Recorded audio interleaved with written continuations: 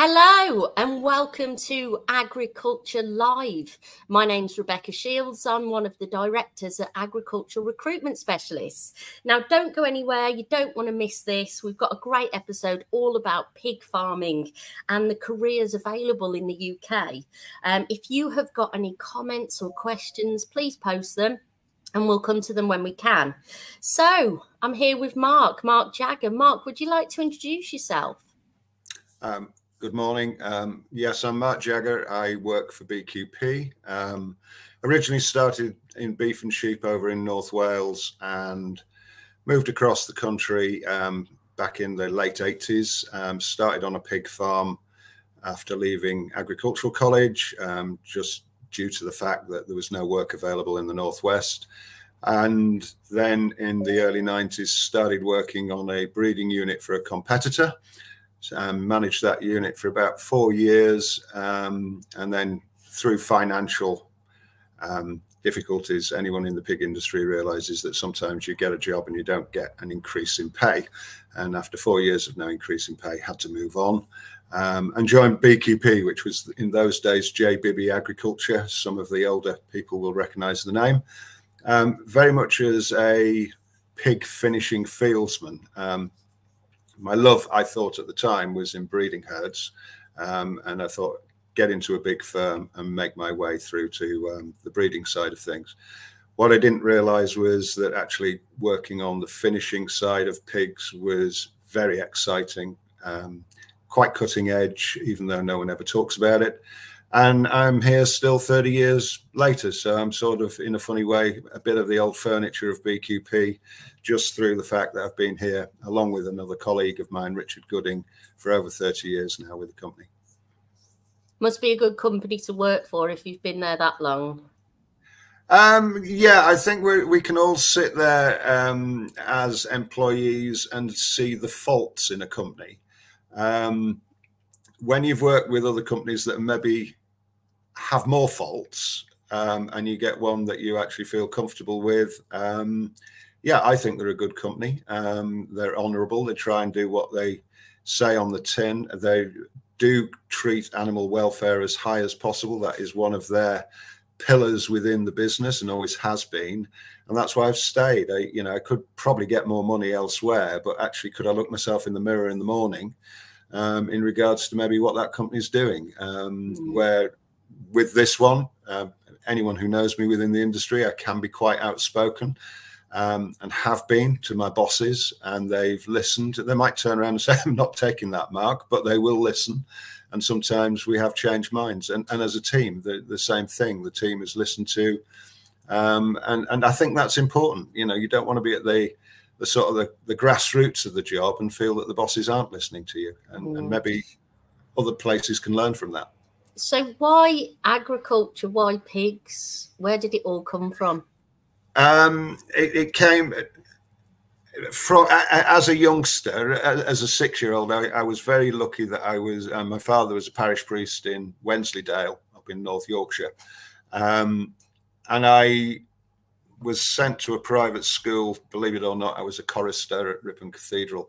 And that meant that you had longer holidays. It was a boarding school. So I came back to this little rural village, nothing to do.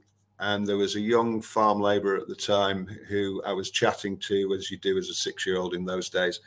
And he said, don't just stand there, grab hold of that bucket and start helping me, which I did. And within seconds, I was hooked. And that was a little dairy farm, 23 cows, working on churn. So I'm showing my age now. And I loved it. And I caught the bug. I wanted to be a vet because of James Herriot. And sadly, I've got dyslexia, and I would never have been intelligent enough in those days to become a vet. You used to be able to get there through hard graft, and then James Herriot wrote his books, and everyone had to be academic to get there, and that's right, that they have to be academic. I'm not an academic type of person, very practical. So I then wanted to look at the farming industry. My father was anti it. He was an academic, and he felt I should be going much higher into academia. So we had battles early on from the age of 10 because I couldn't do academia at all. Could do farming, loved the lifestyle, the fact it's a vocational job. And eventually, after several years of working free on farms, because my father was determined to break me, and I had to work free, no pay. And at the age of 16, 17, my life was planned out with another farmer called Mr. John Wrench, who was an exceedingly good farmer. And it was laid out, and Mr. Wrench said, I will turn him into a stockman. So that was up in the northwest, and it was beef and sheep. Loved the job. And sadly, for the older farmers, they'll remember Chernobyl went off and Margaret Thatcher came out and did dairy quotas. So I went to college with a job and a life job, came back, his sheep were radioactive, and he'd gone and sold his dairy quota. So there was no job for me. I moved down at the time. We were 45% unemployment in the Northwest at that point in time in 1987. So I moved to a place called Market Harborough, unemployed. But that wasn't a problem in those days. Market Harborough was screaming out for shop assistants and things like that. I wouldn't do that. And there was a chap called John Stones, who was a pig farmer who was looking for a labourer. And the employment agency said Stones and Jagger go together, so I suggest you go and have a chat with him. I did. I walked in knowing nothing about pigs, and if I'm brutally honest, every pig lecturer that we went to, we were generally recovering from a hangover at agricultural college for the pig lectures. Never thought I'd never seen a pig. And he said in the job interview, what do you know about pigs? And I said, well, the only thing I know is 3 months, 3 weeks, 3 days pregnancy. He said, you've got the job, because that's a lot more than all the Corby steel workers who he was employing at the time, who'd all been made redundant, knew. So I got the job.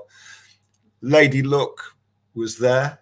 And within 6 months, I was the assistant manager, using just livestock skills that I'd learned in the beef and sheep industry within the pig industry. They are transferable skills, and I think that's important people realize that. And just graft, learn the job while you're there. And that's really how I got into the pig industry. I didn't like it. It was very intensive in those days. And I suppose my falling out with the man was when he started planating sows on a Wednesday, so they farrowed before the weekend, so he wasn't paying overtime. That's where we fell out. And then fortunately, I suppose for me, he decided to get rid of the sows. He knew he wouldn't keep me because my love was sows and boars. So he offered me voluntary redundancy, and I then went to work for Bowes at Norfolk on an outdoor site because I wanted to get back out under the blue skies, not working in buildings all the time. So tell us about, Mark, the state of the UK pig industry. Where are they at the moment?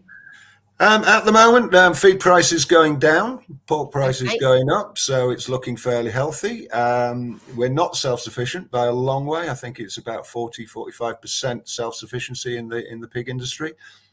There's a massive room for expansion. In regards, we've got the abattoirs; they're all fighting for pork. And as a company, my job is to try and move that forwards and find new farms to join us. And the company wants somewhere in the region of 300,000 pig places in the next few years that I've got to find. To put that in perspective, the last 10 years, I've managed to achieve about 120,000 pig places. So for me to achieve that in the next 5 years, well, let's be honest, it's a target that's impossible. But I'll give it a good go. And there are opportunities, I think, now for the arable farmers, the cattlemen, to convert one of their buildings that's maybe not being utilised into keeping pigs for us. But that's, you know, and all the other businesses or the other B&B guys are in the same boat. So your role at Pilgrims is get more farmers into pig farming. So tell us, how can you become a pig farmer in the UK? You know, you're an arable farmer or whatever. How do you go about it? Basically, from a BQP point of view, they call me. Excuse me. We do an on-farm visit. I go and meet the farmer. I'll send him some paperwork first to have a read through and check he is really interested. And there's two ways into the business. One is you build new, and after COVID, unfortunately, building price, concrete price, steel price, everything's gone up. So your return on investment for that is in the low 1 or 2% return on investment. You have got the benefit of the farmyard manure that comes out the end of the building. The second way is you generally on arable farms and cattle farms, sheep farms, have got a spare building that's not been utilized at all. So again, I go and have a look at that building, measure it out, come back to the office, lay it out, lay a farm plan out, work out how many pigs can be put in that building, what infrastructure needs to be to service the pigs in the building, cost all that out, and then give the farmer a cash flow that's a 20-year cash flow showing what his earnings should be, what his interest on the loan should be. And the way we look at it is if after 6 years, all the money that is invested in that building is paid off, then we've done our job. It's down to the farmer then, do I want to tie myself up? And it's a big tie for arable guys that actually got livestock on the farm, and now you're 24/7, not 365 days a year, but when those pigs are in 6-month batch, you are there all the time. You have to be there all the time. It fits in nicely with the arable operation. I mean, a lot of arable guys are worried about harvest and things like that. 95% of our farmers are arable farmers, and they generally do the pigs in the summertime when it's really hot and the harvest is taking place earlier in the morning, in the coolness of the morning, and then get on with the harvest after that. So it fits in well with the arable operation. So for people that may be interested, is it a good industry to be in, and why? I think so. I think the main reason why, when you talk to our farmers that do it, is it's a standard cash flow. They are paid on a monthly basis, and most things in farming aren't paid. If you look at, we listened to Jeremy Clarkson last recording. He was saying, yeah, I've earned myself 140,000 this year, but I'm now going to give it to cheerful Charlie straight away to buy the seed, the fertilizer for next year. So where with the pigs, if you've got 1,000 pigs, you'll be paid just a little over £3,000 every month on the same day of the month. That is a cash flow that isn't really achieved in agriculture very often. You and I, we're paid by employers, and we get our pay every month on the same day of the month. And that's what the bank's like for the farmer. They say, yeah, well, now we can give you a loan because you've got an income coming in on a monthly basis. The other reason the arable guys like it is 2,000 pigs will produce you 1,400 ton of good quality farmyard manure. And after spreading, some of our farmers are saying that's worth £16,000 to £18,000 in fertilizer cost. And it improves the soil structure, it improves soil health, which is very much a topic that's been discussed in the arable side of things and the regen side. It's all soil health. So the pigs help with that, even though they are in the shed. Okay. And are you committed to high welfare? Very much so. All our pigs are RSPCA assured within BQP. Our predominant market or predominant retailers are Waitrose and the Co-op, who again are backing British all the way through and are about high welfare. So if you go into either of those stores, you will buy a BQP product when you're in the store if you buy pork. And what about sustainability? Because that's a big buzzword at the minute. It is a big buzzword within. I mean, we're owned by a firm called Pilgrims Europe. They're very much turning their factories into that side of things and on sustainability regarding the energy, because our abattoirs are very high on energy usage. The sustainability that we're looking at and the biggest savings we can make is on our rations within the pigs. So we're reducing our soya in use.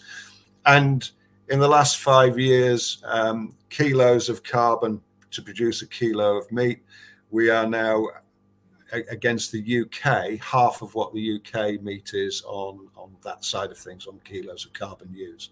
And I haven't got the figures off the top of my head, but I think it's below 4 kilos of carbon now. So they are looking at that. We have got a raft of people who are constantly looking at that.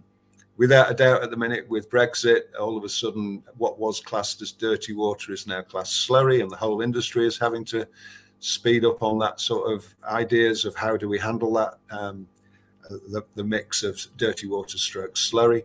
I think one that's forgotten in this sustainability argument is antimicrobial resistance, which is probably a big threat to the humans than even global warming. Dare I say that? But you know, they're talking, the World Health Organization say if we don't stop that, 50 million people a year will die by 2050 from antimicrobial resistance. And that's been very much led by the machines we've put into the piggeries to ensure that we're medicating at the correct levels.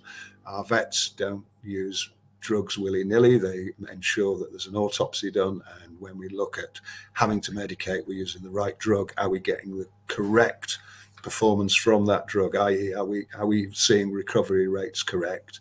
If not, what do we do? So yeah, there's a lot going on that side of things that's maybe very complicated for people outside agriculture to understand. So for those considering it, what are the main benefits of being a pig farmer? I think from a point of view, as I've touched upon, a standard income coming in on a monthly basis. It's not as hard work as what people think. They've just got to get the head around that you are tied 24/7. Well, not 24/7, but 1,000 pigs should take about 2 hours a day. But you have to do that at the pigs like to be the same as all of us in a sort of pattern in their life. So if you're going in at 7:30 every morning, please keep going in at 7:30 every morning. It upsets the pigs if you don't. So you've got to create a routine around the pigs for your farm. So they're the sort of downers of it. Most farms that actually get the pigs, they enjoy having the pigs in, even though they're arable farmers.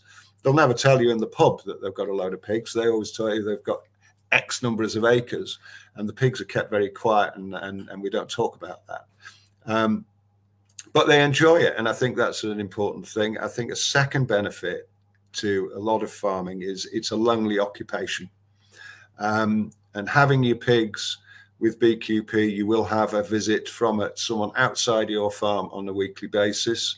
I was a fieldsman for 20 odd years. You know, when you visit someone for 20 years, you become their friend to a certain extent, as well as the advisor. Sometimes you even become a sort of social worker, psychiatrist, someone who you can talk to about family issues and know it won't go any further.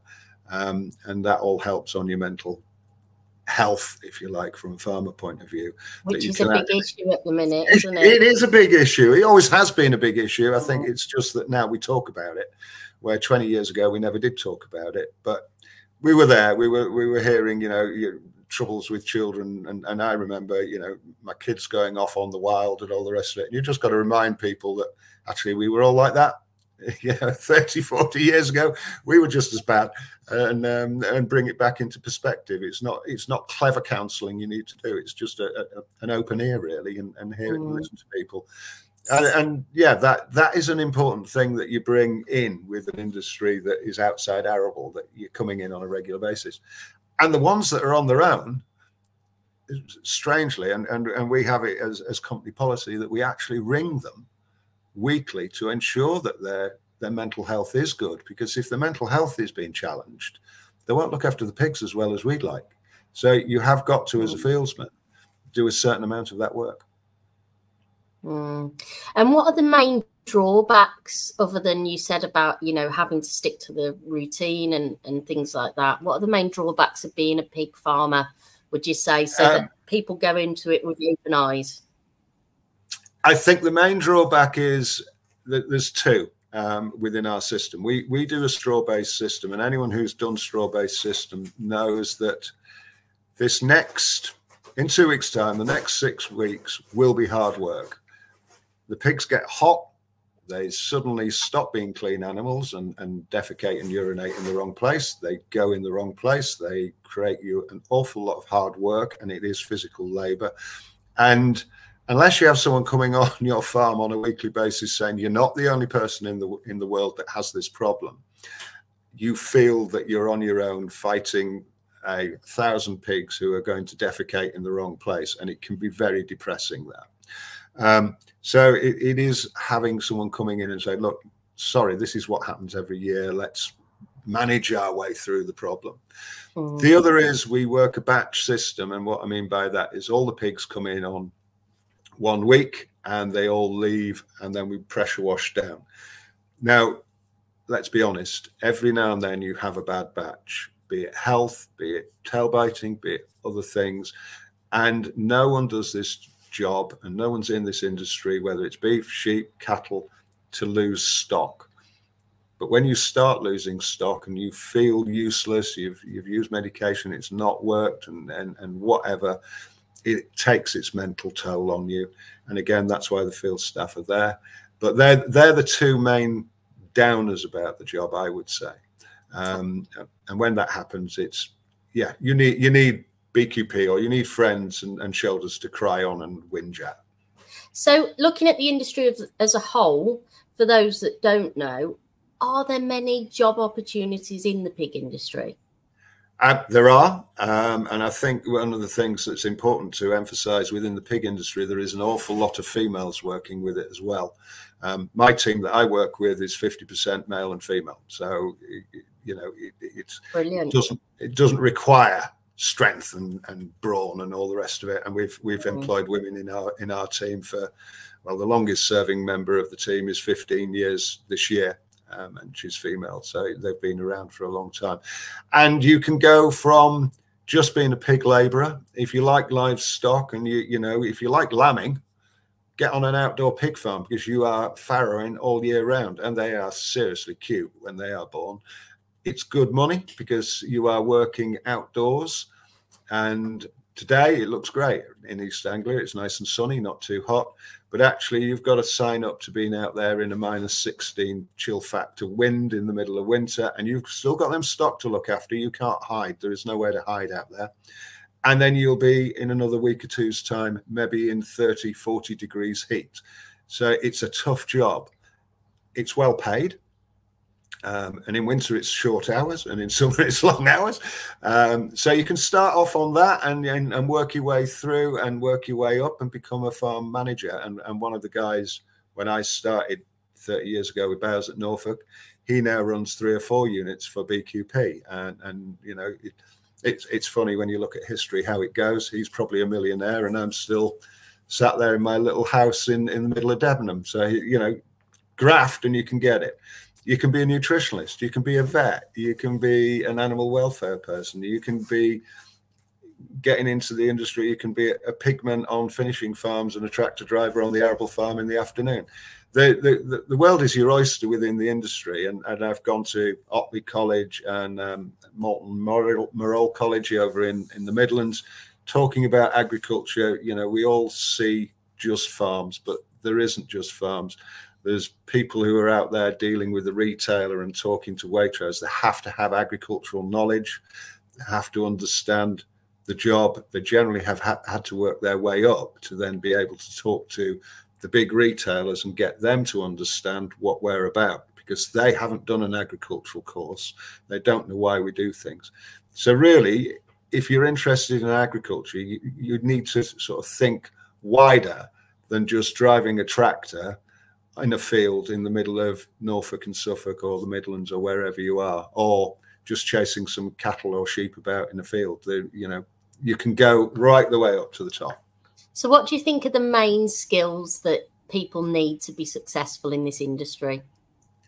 I think the main skill is, if you see an opportunity, you don't think about it, you take it, you grab it with both hands, you kick the door open, and you go in there and you learn. Never stop learning. You know, every day I learn something new, and I enjoy learning something new. And I think that's the main skill you require. You don't need to be academic. I certainly wasn't, and I still aren't. But I know people who are academic, and you just don't hesitate in asking for help, because there are people. The beauty of agriculture is everyone will give you help if you ask for it nicely. So lots of please and thank yous, lots of, I don't know how to do this, can you show me how to do that? People will show you. You know, YouTube, Google it. There's no reason now to stop your education on a daily basis. It might not be formal, but if it floats your boat, and anyone who knows me in the pig industry, you know, I knew nothing about water several years ago.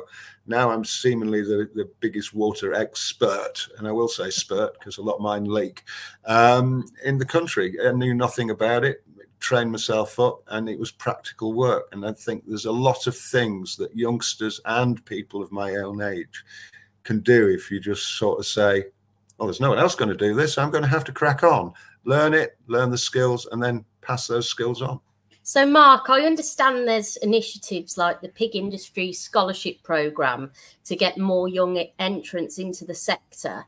Yeah. How can we get more entrants interested in the pig sector as a career of choice? I think one of the problems with the pig sector is it's probably run by old duffers like me, who are one generation from the ones that are now joining the pig industry. There's loads of stuff that we can utilize, like social media, different platforms, TikTok, you name it.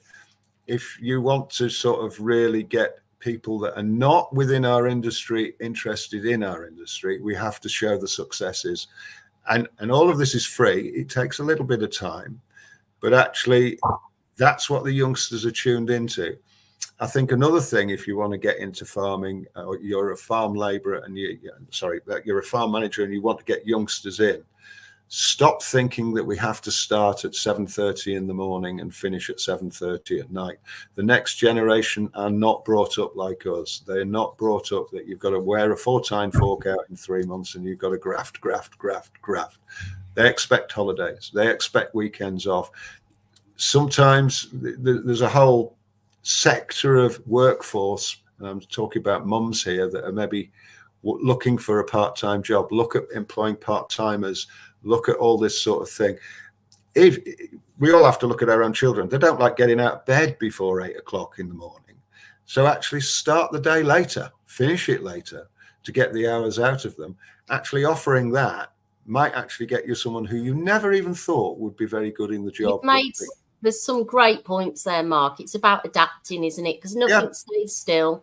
People are different. I did a talk with Tess Howe from TIA not so long ago about the new Gen Z and all of that and what they want from an employer. And we have got to adapt to that, as well as making sure that people are, you know, being educated on the industry as well. I think the industry has to adapt. I enjoy social media and have a bit of fun on Twitter at times. And I remember a load of farmers going off about, I think it were pig farmers and basically an abattoir wanted to pick up some pigs on a Sunday morning. And last week they were all banging on about how they work 7 days a week and how hard they work, and they're working 18 hours a day. And this abattoir then had the gall to ask them to work on the 7th day of the week. And they were really letting rip that they were being asked to do it. Well, I think the way modern life is going, it will become a 7-day week job. And in this industry, is the weekend going to be Monday, Tuesday? Are you going to, you know, when's it going to be? Because actually, when you actually look at what we are providing, those factories are now looking at working 7 days a week. You look at a lorry firm, it's standing its lorry down for 2 days of the week. That's nearly sort of 15–20% of its time it's not being used. Everyone wants everything cheaper. Well, why are we stopping a factory for 2 days when no one anymore really goes to football every Saturday and goes to church on a Sunday? That's historically why we stopped working on the weekend. So why's the weekend got to be Saturday and Sunday? I'm not saying whether it's right or wrong, but I'm saying those discussions are now taking place at a higher place. It's good stuff. So do the government do enough to help the pig sector? They could do more. I think the strength of the pig sector and the poultry sector is we don't have subsidies. And I don't think that's a bad thing. But I think they could, and they've tried. You know, you look at the markets after, and is the farmer getting paid fairly for the produce he's paying? I think not. I think they could do more in that sector. DEFRA could certainly do more in that sector and looking at it. There, you know, if you're an independent farmer, and my sympathies go out to those independent farmers, they really only can supply 2 or 3 major abattoirs who are supplying all our retailers. And, you know, when you're a little man, it's very difficult to actually say, well, I need another 2 pence a kilo on my pork, because they just put the phone down on them. It is a bit of a fixed market. And I think that in that regard, some abattoirs are better than others. I'm not going to name names in that regard, but some are better than others and some are more honourable. But it is a business to them, and it is about making a profit. And with some, they've got shareholders and they've got to make a better profit than others. So I think that needs to be pulled in line. How they do it, that's down to much cleverer people than me. So it's voting day today, Mark. Big day for the parties out there. Yeah. Do you think there is a party that's most aligned with the agricultural industry? No, not really. They always say that we do better under Labour than anyone else. I don't know. I don't think anyone really cares about farmers until it comes to putting their banners out on their fields. And then I do believe, and I'm quite sarcastic about it, I do believe the Tories really care about farmers when it comes to getting their blue banners on the A140. But they've had 14 years to care about farmers, and they haven't really cared about them beforehand. I think, you know, let's keep politics out of this, but I think maybe as a sector we come over as too blue. I don't think actually, I think the sector gets itself a bit confused. Most of the people I meet within the sector, they're centrists. They're just common, decent people who want to have a good life for them and their families, and importantly, their neighbours and their community. And whether you're Tory or whether that's Labour, I don't know, but you're certainly probably in the middle ground of politics, not very right wing and not very left wing. Do they help? I don't think any of them really care, if I'm honest. Fair enough. So how do we make the pig sector more appealing? Like I say, I think we've just got to get out there and show people that one of my adages is, if you can't take a picture and put it on social media, ask why. Ask yourself why. What are you worried about putting it out there? There's nothing the red tractor guys do wrong, as in the slatted farms and the slatted accommodation. You know, I've got one that's non-straw based. And at certain times of year, I'd prefer to be in that building. Photographically wise, it doesn't look as pretty as pigs on straw. But actually, we've got to show that side of the industry as well. It is exciting. It does produce a pig in a funny way at a cheaper cost. Not sure about the environmental damage in regards to, is it better or worse than straw base? Again, I'll leave that to the clever people to work out. It's a different way of doing pigs, but I think we're not getting the images out there to attract the young people in, to make them realize there is a whole industry. You know, I said I went to Morton Morell College, and that was back 3 months ago. I talked to probably 30 students. Every one of them was unaware of the fact there was a pig industry. Totally unaware of it. They didn't know that there was actually a pig industry. So it's crazy. Yeah, absolutely crazy. But it's our own fault because we keep it quiet. We actually, you know, as much as I love the pig and poultry event, it's for the pig and poultry guys. It doesn't actually attract anyone new into it. Shouldn't it be one big livestock event? And shouldn't pig and poultry be next to the beef and sheep guys? And you know, the beef and sheep guys can have a wander in, have a look at what we're doing, and vice versa. And you might get some youngsters that are, oh, this looks all right, I'll join this industry, or I'll move into that sector for a while. But they ain't going to drive to Birmingham to see a sector that they know nothing about. So I think we are a little too insular, a little too worried about what less than 1% of the population are going to say if we put a picture up on social media. And we shouldn't. We should be proud of what we do. There are some people that are really proud and do well in what they do, but we need more people actually showing that within the industry. Thanks, Mark. And a question I always ask my guests is, you know, what do you think are the biggest issues for agriculture going forward? I think maybe, as I touched upon, and it's within all businesses, the people who are the leaders in agriculture are maybe a little too far removed from the people who are coming into agriculture. They don't understand what the needs and wants and vision of those youngsters coming in. They maybe don't talk to them.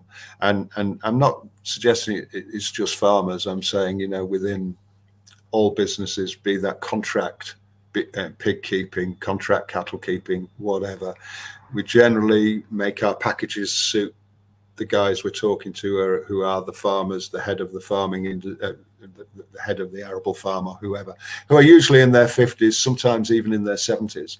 And as a result of which the youngster's voice doesn't get across. I know we've got the young NPA and things like that, and I'm sure that there's a young cattle association and stuff, but we need to listen to these people who are the next generation coming on, help them, give them a leg up, understand what their needs are within the industry. And some of it, without a doubt, we won't like. Without a doubt, the fact that they maybe want to go off to the pub on a Friday night, well, we just because we didn't doesn't mean we can't facilitate it for them. Yeah. Thanks, Mark. That was a great discussion. I mean, you've definitely highlighted there that the pig sector is a potential career choice, and it's not just pig farming. There's so much more as well beyond it. There is. So it was really good to have your input today. Thank you, everybody, for watching and listening. And again, thank you, Mark. Keep following us. We've got some great new discussions coming up. We'll be speaking with Red Tractor in the next few weeks. If you have got an interesting topic in agriculture that you would like to talk about, please get in contact with me via Agricultural Recruitment Specialists, which is www.agrirs.com.